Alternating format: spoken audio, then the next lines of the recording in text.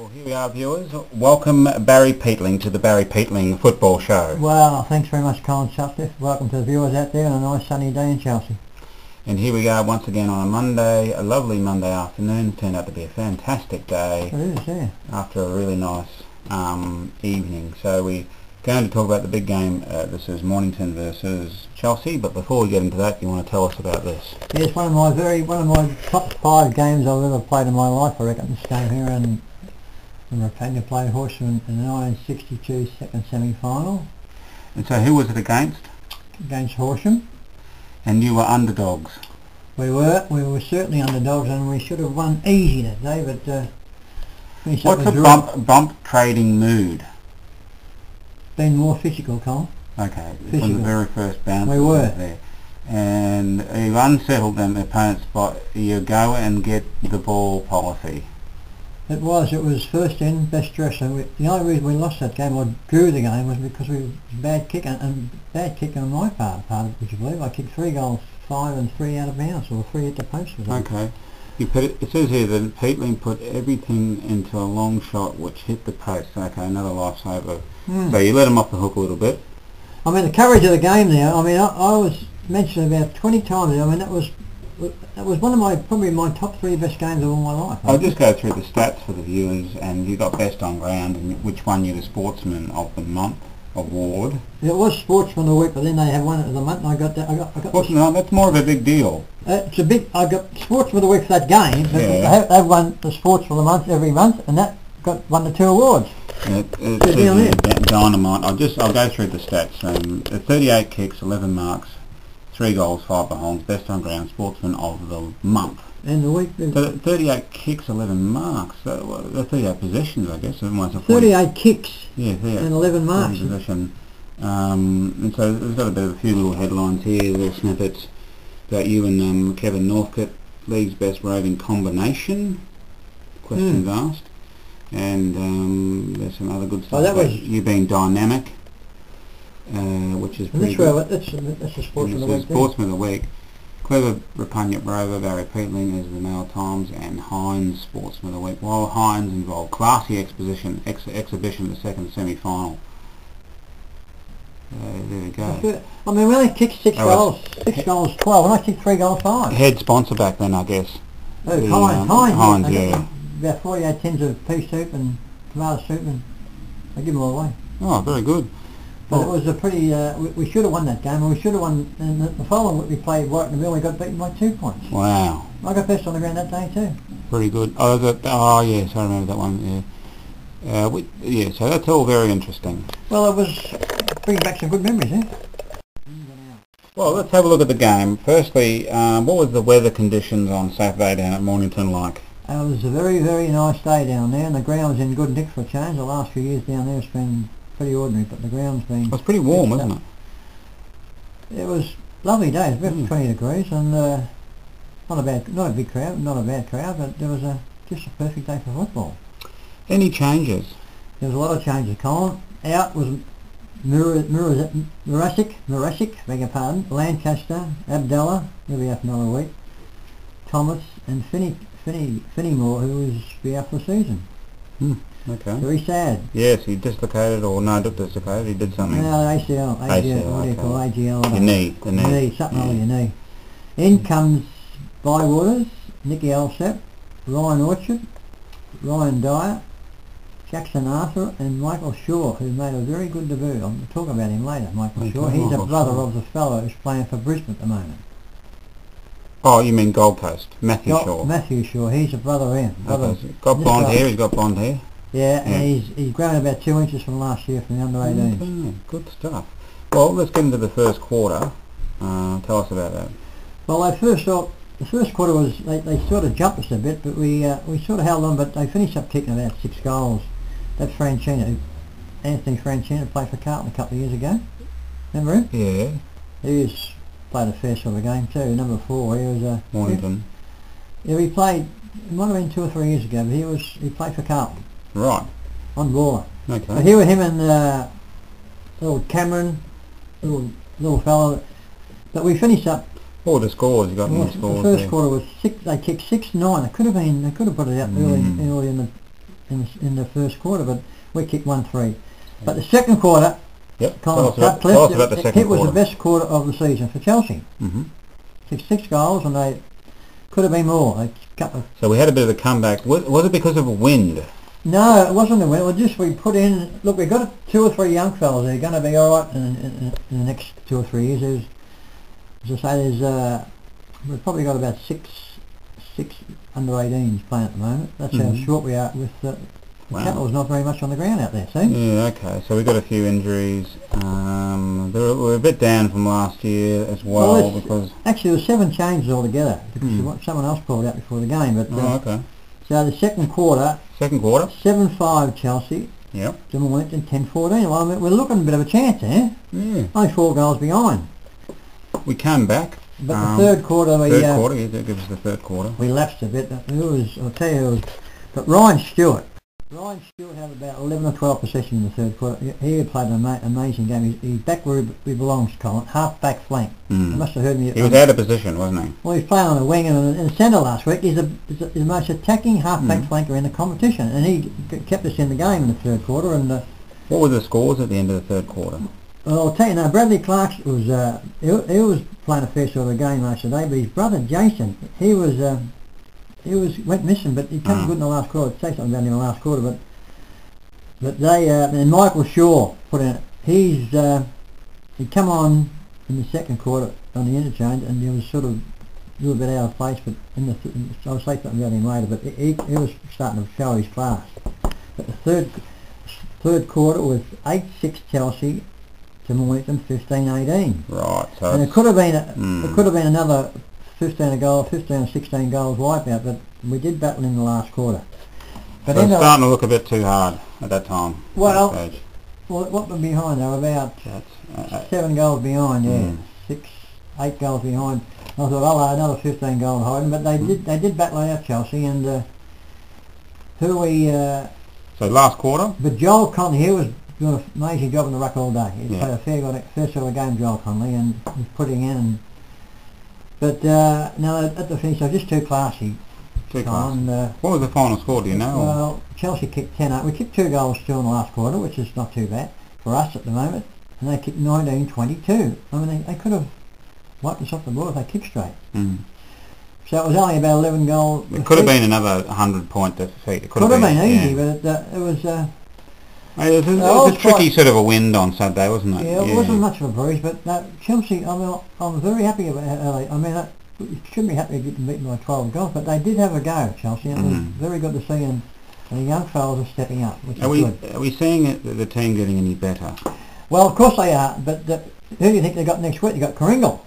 Big team. Kringle, if you don't mind. So if we can, but no, the players are starting to gel together. Bywater kicked a couple of goals. He's been a little bit. I think he might be able to get a bit fitter. Yeah, he's still a bit fitter, but he kicked in a couple of nice goals. But it's going to be a long haul back, and it's going to be a long season, Colin. But I really do think that if we can sort of persevere with it and get Nizer back next week or the week after, and a couple of other fellas can come back. But no, I've just got a little bit. I mean, the week before I was too flash talking about Chelsea, but just after that game on Saturday, they're a very good side, Mornington. I'm predicting bottom 2 for Chelsea this year. Well, that might be wrong too, but I'm just thinking that if we can put up a decent sort of a show against Kringle, I don't know who we got after that. We must have a couple of the lower sides after that, for God's sake. All right, well, tell us the goal kickers, Barry. The goal kickers, Toddy Gardner kicked 2 brilliant goals. Bywater's kicked 2 nice goals. Curry kicked 1. Talker kicked a beautiful goal and got taken off. Michael Shaw kicked a lovely goal, 2-2. He was pretty quiet, although he played a bit better on Saturday, 2-2.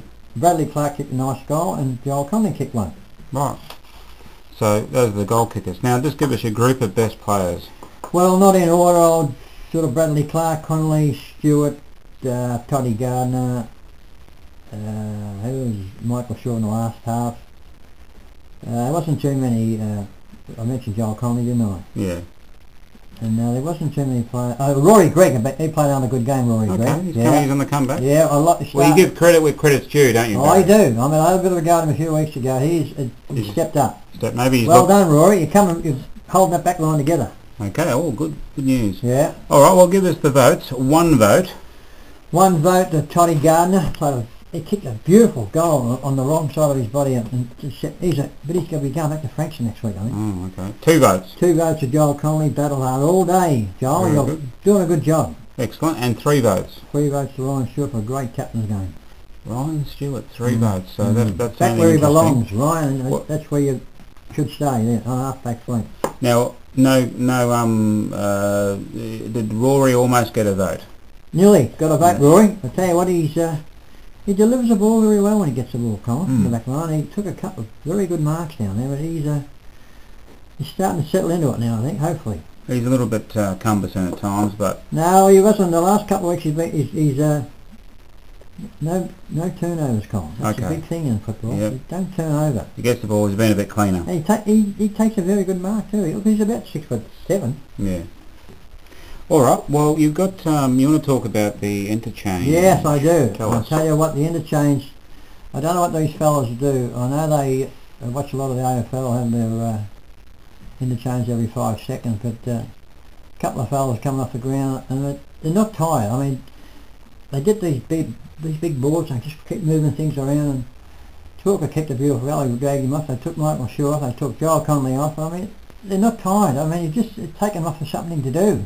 Yeah, because you say you got copycat syndrome. Well, they do. I mean, just because the AFL take everybody off every 5 seconds and whatever, it's a different competition. This is suburban. I mean, these fellas are pretty fit and they don't need to be taken off. And some of the fellas jacked up too, getting taken off. Okay. Can't blame them. I mean, you kick a beautiful goal and they take it off and you do something good, have a rest. I mean, the adrenaline's pumping, Colin. It's common sense. Leave them on.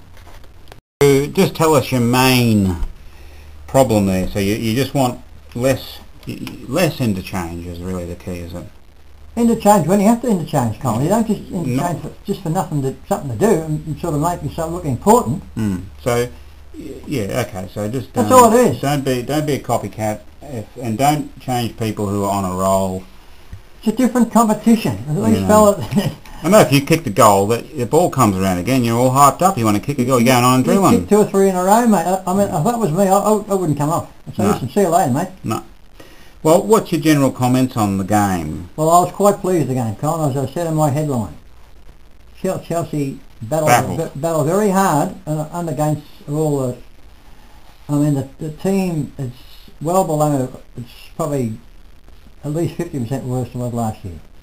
At least. So you say battle, well they might battle all year and not win a game. Well, no, they'll win. They're playing Carrigal next week. That's going to be, I mean, that could be a wipe there too, but at least they're putting in, Colin, and they're not sort of just taking as it comes and it's having a go, and that's the main thing about football. If you ever go, if the ability's not there, well, you've got to use a bit more, use your pace or something, or use a bit of strength, but no, we'll be alright. I mean, it's going to be a long season, but you just, we might get it, and this Michael Shaw, he is going to be a footballer. In his second half of his game, he's a real dasher. He might kick on. Well, that's so we look forward to next game. That's going to be here next Saturday, 2:15. Local game, yeah. Edgeworth Oval in Chelsea. Well, what about the AFL, the Tigers? You got a comment on that? Biggest joke of all time. He's right, Damien Hutt. It's the biggest joke. I watched that game. That fella What's kicked that the biggest goal. joke? The goal umpire. Why? The ball was over the line. He was in front of the goals. I mean, for starters, he should have been behind the line. So just for the viewers who don't know, haven't seen. Well, I probably read about it in every day's paper. So this is in the last quarter. Point in front, point behind. Point behind. Someone, I forget who it was now. Vickery. He kicked the ball. No, Matthew White. Kicked the ball from the boundary, hits the goal umpire who's standing. Comes back into play, yeah. And comes back into play. And gives it a point. And he gives it a point because they kick it into the post afterwards, don't they? Yeah, after, yeah. Yeah, so clearly... He didn't know what he was doing. So it clearly should have been a goal. Cause it should have been, and the umpire came up, he should have said, right, refer it to the video. So he was standing on the line, and he should have been paid the goal. And that was clear to me. I'm not a Richmond supporter. Well, everyone's saying it. Well, you can't reverse a game now, but they should, because we would. I think we were pointing in front. We would have been 7 points in front. Then they kicked another goal in the next couple of minutes. But it's the biggest joke I've seen for a long time. I mean, all the money back for the fellas lost the money like me. Yeah, you want your money back, but which you almost lost. But that's another story. So that was a bit of a controversial game. There was some controversial the Sydney play against St Kilda as well. How they're doing a lot of blocking at the moment. They're doing this illegal blocking and getting away with it. Heard about that. Yeah, Terry Walsh used to do that. Yeah, so it's illegal. So you know, umpires, watch out for that. Now, just before we wrap up the video, have you got any Cheerios that you want to? Yeah, well, I didn't get the Cheerio to my little darling Annie because I got cut off last week. Cut off. Apologies, that was my fault. Yeah, that happens to the best of us. But Cheerio to Annie and darling little Carl. She's going to be a little model when she grows up. Yes, she's a cute little thing. Now behave yourself, Carl. Be a good girl. Look after your mum. Very good. So that's out. She'll love this. Any other Cheerios to? Oh no, that'll do for the time being. 3H will be right. He's up there with his mate TT, fishing and drowning and whatever. And sort himself out. Get him, might be catching, Phil's getting some fish on him too. Okay, excellent. Beautiful fish. He told me the name of special fish up there. It's something caught it and said it's the best fish he's ever eaten. And TT catches him for him too. So there you go. Now look after yourself, TT. Don't fall out that boat anymore, for God's sake. Keep following the tigers. Alright, well, that's goodbye from me. It's goodbye from me, and see you next week. They shall grow not old, as we that are left grow old. Age shall not weary them, nor the years condemn. The going down of the sun, and in the morning, we will remember them.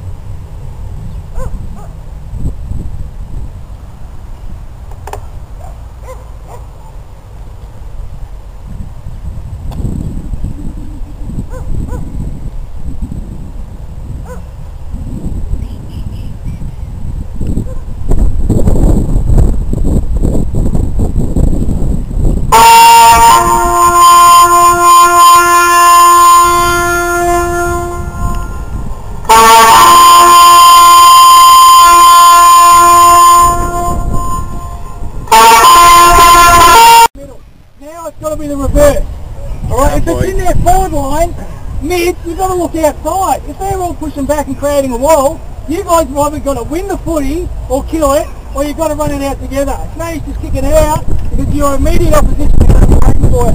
So you either peel out and man up on them, and then we take it 1-on-1, or you go in and you run it out and get a nice kick and kick over the top of them. They're the opportunity. His quarter. We're pressing up at 3-5-5. We're not going to do it. Pressing up and make it press.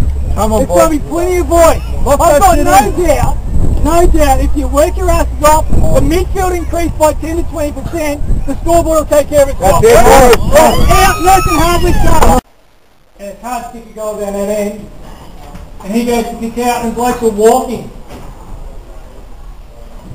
So there's two reasons for you to be walking, and I hope it's the second one. The first one is you don't want to have got the desire to win.